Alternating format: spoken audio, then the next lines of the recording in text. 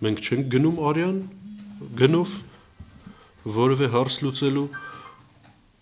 չենք գնացել երբևէ, չենք գնալու եւ դրա մասին մշտապես ասվել ես զարմանում եմ, որ այսօր որևէ մեկը զարմանում է նրա շուրջ, ինչ հայտարարվել է առնվազն մի քանի 100 անգամ։ Հավանաբար Խանյանի 20-ից բացի նաև քաղաքապետարաններ ԵՌԵԱԿ-ում 23-ին եւ 25-ին հանրահավաք անցկացնելու համար։ Այդ օրերը հնարավոր այդ օրերին հանրահավաք անցկացվի արտոնելու դեպքում։ Ինչ որոշում որ կայացվի, ես ձեզ սիրով դրա մասին կտեղեկացնեմ։ Ես ընդհանրապես մեր բազմաթիվ падգամավորներից մեկն եմ, ընդհանրապես մեր կուսակցության խոսնակն եմ եւ կոչված եմ ձեզ տրամադրելու այն տեղեկատվությունը, որն ինձ կուսակցությունը հանձնարարում է։ Կարելի է ենթադրել, որ արտահերթ նախագահականի հարցը մնում է օրակարգում Բարգավաճ Հայաստան կուսակցության եւ չի հանդուրում։ Եթե որևէ մեկը մտածում է, որ Հայաստանի Հանրապետությունում մեկ օրվա մեջ վերացավ 40%-ի հասնող աղքատությունը, վերացավ գործազրկությունը, դադարեց արտագաղթը, տնտեսական զարգացման տեմպերը այսուհետև դրական դինամիկա են ցուցադրում, որ մարդկանց կյանքում որակ փոխվեց, ապա վստահեցնում եմ ձեզ, որ նման կերպ մտածողները սխալվում են։ Ոչինչ չի փոխվել, պայքարը հանուն Հայաստանի Հանրապետության քաղաքացու սեփական երկրում կենսակերպ ապահովելու շարունակվելու է եւ խնդրում եմ, որպեսզի որևէ մեկը դրանում չվարանի, չկասկածի, չգնալ ազգությամբ հայ մարդու արյուն թափելու ճանապարհով, դա չի նշանակում դադարեցնել պայքարը։ Սա շատ պարզ ճշմարտություն է, հասկանում եմ, որ կան մարդիկ, ովքեր կփորձեն փոխակերպել տեղի ունեցածը, շուռ տալ, շրջել, բայց դրանից ոչինչ չի փոխվի։ Սարգսյան-Ծառուկյան անձնական հակամարտություն էր եւ դրա արդյունքն էր այս ամեն ինչը։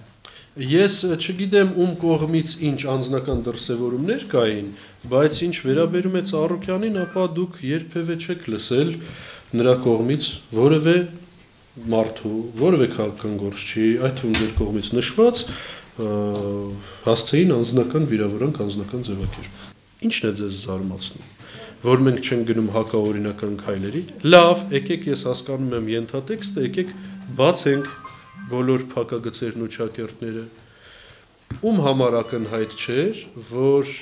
ծայրահեղ կուլմինացիայի հասած վրդովմունքը հանրության բացարձակ գերակշռող մասի կողմից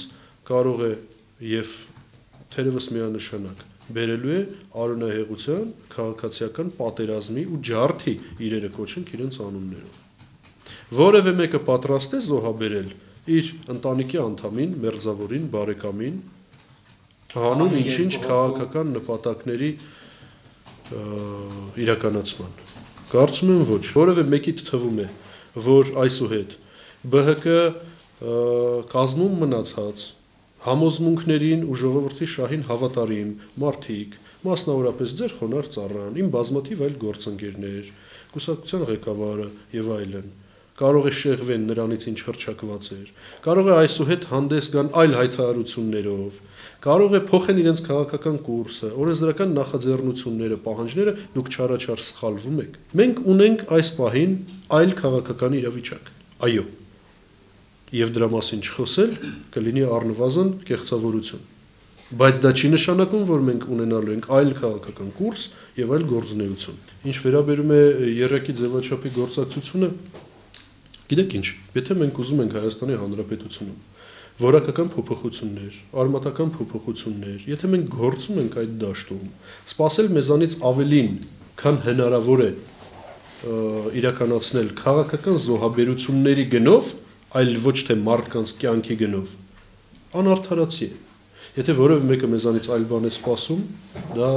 իր խնդիրն է։ Ինչ վերաբերում է ԵՌԵԱԿ-ին, ապա ԵՌԵԱԿ-ը ինքը կպատասխանի այդ հարցին։ Լուրեր են շրջանառվում, որ Գագիկ Ծառուկյանը հնարավոր է քաղաքականությունից հեռանա եւ Բարգավաճ Հայաստան կուսակցության գլխավորի Նայրա Զուրաբյանը կամ Վարդան Օսկանյանը, որքանով են հավաստել։ Իրականությանը չեն համապատասխանում այդ լուրերը։